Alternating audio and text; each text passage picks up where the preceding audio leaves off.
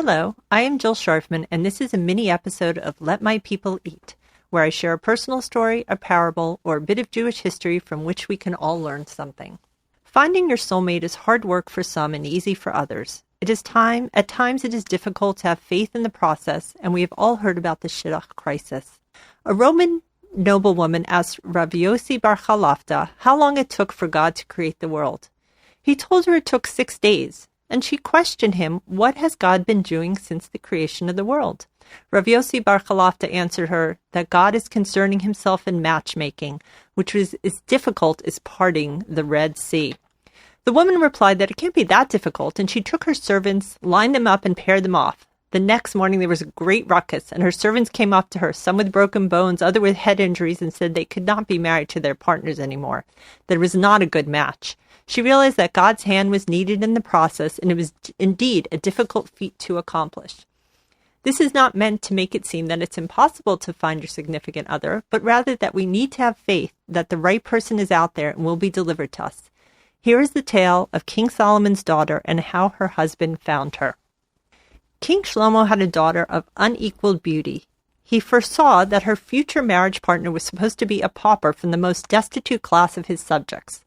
Shlomo commanded that a castle be built on an island far out in the ocean and had his daughter brought there.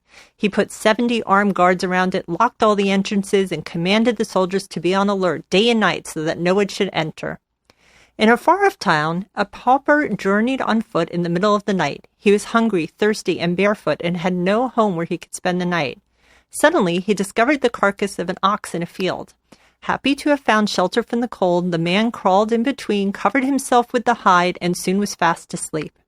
A gigantic bird of prey swooped down from the sky, lifted the carcass, and carried it up in the direction of the ocean. It flew over the roof of the castle on the island and dropped the carcass together with the man lying inside. The next day, when the girl took her daily morning walk on the roof, she was astonished to find a man up there. She asked him who he was and how he had gotten there in spite of the constant guards posted at all the gates. "I am a Jew from the town of Akko," he explained to her, "and a bird of prey carried me here."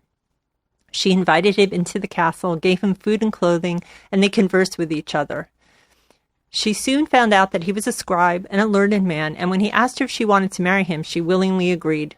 The lad had no quill and ink to write the marriage contract, so he cut himself and wrote her a marriage contract with his own blood, saying, "The angels Gabriel and Michal are our witnesses." Time passed, and the girl concealed the presence of her husband, fearing that her father might be opposed to the marriage. But one day the guards heard the unmistakable crying of a little child in the castle. They searched the castle and found her husband an infant son. The guards became deathly pale, afraid of the king's anger, and sent him a message urging him to come to the island. King Shlomo boarded a ship and sailed to visit his daughter. "Our master the king," the guards entreated him, "do not punish us for what occurred, for we are not to blame for it." Shlomo called his daughter and her husband, who showed him the marriage contract he had written. Shlomo questioned him about his family, his city of origin, and understood that he was the man who had been predicted for his daughter. Full of joy, Shlomo called out, "Blessed be the Almighty, who forever brings together the husband and wife who are destined for each other." This is Jill Sharfman, and I hope this makes your day a little more satisfying.